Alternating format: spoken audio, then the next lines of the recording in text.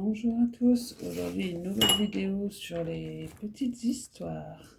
Avant de commencer, n'oubliez pas de vous abonner, de laisser un pouce bleu et de me faire un petit commentaire pour me dire ce que vous en pensez. Alors, notre petite histoire du jour, c'est le petit roi. Et comparé aux deux autres que j'avais fait avant, par partie, je vais m'arrêter un petit peu le temps que je vous lise les fameuses questions. Comme il y a des questions à chaque fois, et je ferai une petite pause, le temps de vous poser les fameuses questions. Le temps d'attendre, vous mettez sur pause. Quand vous avez entendu les questions, vous répondez et vous retournez sur la vidéo.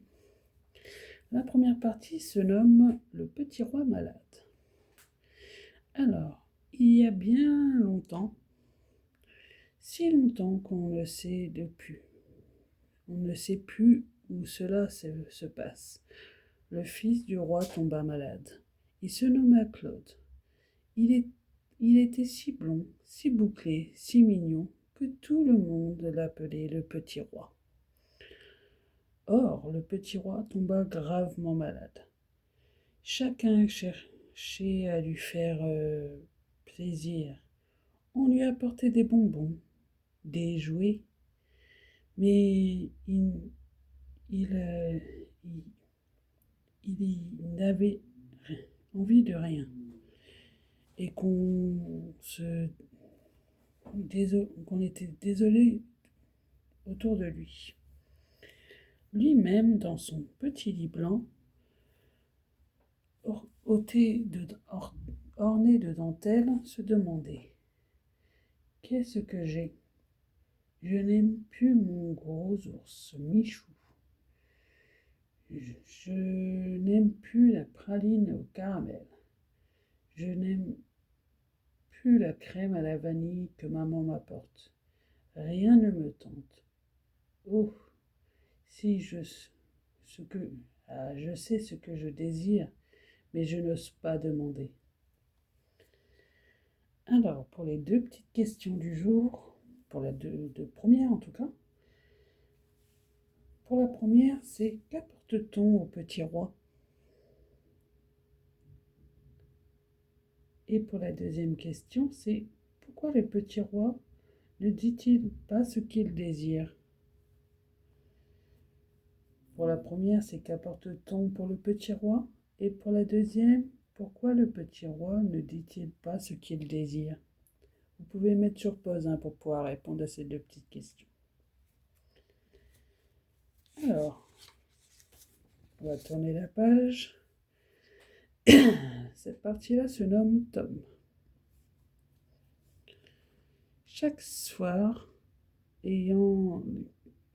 avant que les rideaux soient fermés, le petit roi regardait la lune monter dans le ciel. Il la voit de son lit, tout jeune et ronde. Ce serait amusant de la faire rouler dans ma chambre, ou seulement de la tenir dans ses menottes chaudes de fièvre. Elle fondrait sans doute comme du miel. Ça serait très amusant. Mais comment la voir ? Le petit roi a soudain une idée. Je veux voir mon chien Tom. Comme on ne refuse rien aux gentils malades, Tom entre dans la chambre. C'est un joli chien de chasse, un épagnol. L'enfant caresse la bonne tête levée vers lui.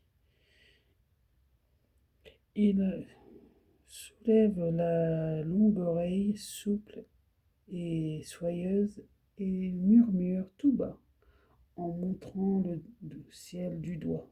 « Va me chercher la lune, tu me la rapporteras comme tu fais pour le gibier que tire mon papa. »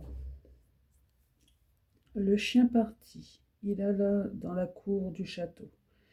Mais désespéré de ne pouvoir atteindre cette lune si haute, Il s'assit et se mit à hurler. Peut-être, pensait-il, cette grosse boule dorée va tomber comme un fruit mûr, et je l'offrirai au petit maître. Rien ne tomba, et le chien hurla tant et tant qu'il fallut l'enfermer. Alors, pour les fameuses questions, la première c'est qu'est-ce qu'un épagnol? Qu'est-ce qu'un épagnol à votre avis? Et pour la deuxième question de cette partie-là, pourquoi enferme-t-on le chien? Pourquoi on l'enferme? Vous pouvez mettre sur pause pour pouvoir répondre à ces deux petites questions, bien sûr. Je vérifierai puis je vous dirai si c'est bon ou pas bon. Pour la prochaine partie, c'est un désir impossible. Le lendemain, le petit roi appela le chat. Il savait que les matous grimpaient très haut sur les maisons. « Va me chercher la lune, dit-il. Le chat monta sur le toit du palais. Il grimpa sur une cheminée. S'étira tant qu'il put. Et tandis que sa patte noire vers la lune, il ne put atteindre et il miaulait désespérément. Il revint dans la chambre sans avoir saisi la lune.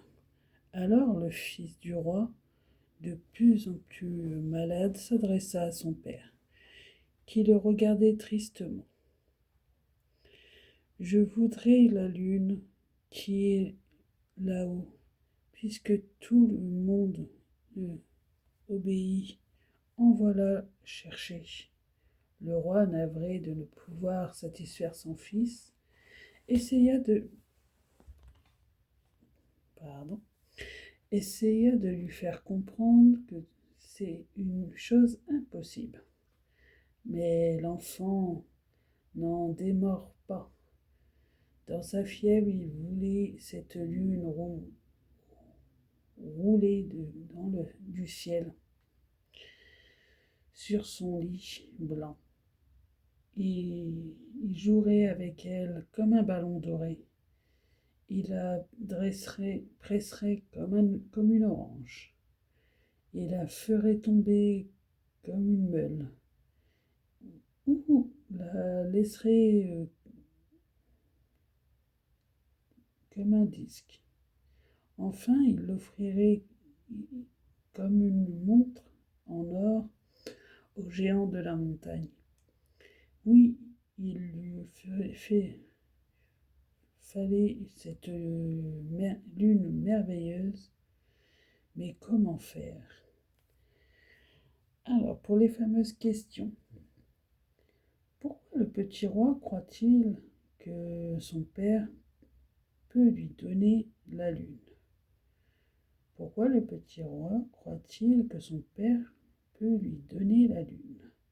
Et pour la deuxième question de cette partie-là, à quoi le petit roi compare-t-il la lune? À quoi le petit roi compare-t-il la lune? Vous pouvez mettre sur pause et puis mettre la réponse dans les commentaires. Pour la dernière partie, elle se nomme une maman. Soudain, le petit roi pense. Non, ce n'est pas impossible. Rien n'est impossible à une maman. Maman, appelle-t-il doucement, donne-moi la lune. La pauvre reine a du mal à retenir ses larmes. Comment contentera-t-elle son petit Claude? Mais en effet, rien n'est impossible pour une maman, car elle répond « Je t'apporterai la lune demain ». Elle embrassa son fils, ferma les rideaux et s'éloigne lentement. Cette nuit-là, Claude, confiant en la promesse maternelle, s'endormit tranquille. Du bon matin, la reine alla chercher de la farine, du beurre, des œufs et un peu de sel. Elle descendit en cuisine. Elle avait une idée. Elle se mit à pétrir une galette, aplatie avec un rouleau de bois, arrondi comme une pleine lune, et mit au four. Elle surveilla la cuisson avec tendresse pour que cette galette révèle une belle teinte dorée. Jusqu'elle fut à point, elle l'emporta. Quand le petit roi s'éveilla, il aperçut la lune sur son lit. Et c'était vraiment la lune, jaune à souhait, douce et fiable, sous ses doigts, impatient.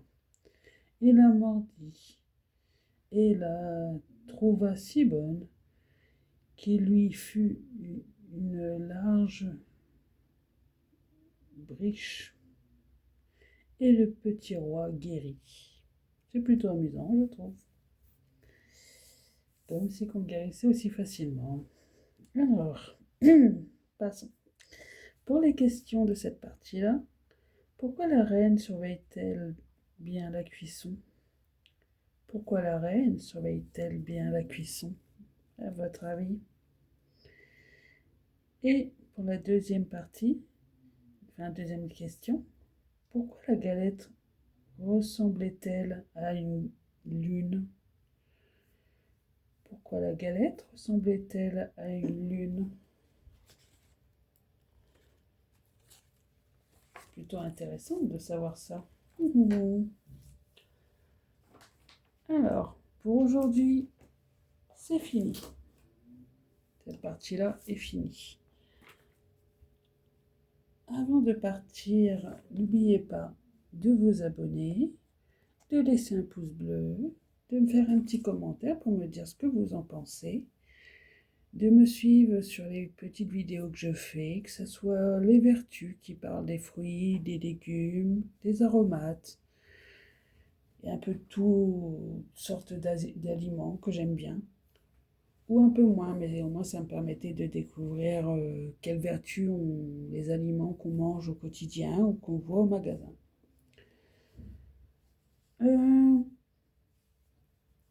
De continuer à me suivre sur les petites recettes que je fais. Les autres histoires que j'ai déjà fait par le passé, vous pouvez toujours aller les voir, hein, ça ne me dérange pas. Pour ceux qui le peuvent, parce que là, comme c'est des histoires pour les enfants, je suis pas sûre que vous pouvez aller les voir ça. C'est des histoires d'horreur, mais ça, c'est souvent le soir que je fais ça. Pas en pleine journée, c'est pas vraiment le moment. Et si vous êtes trop jeune, n'écoutez pas toutes ces histoires-là, c'est pas de votre âge.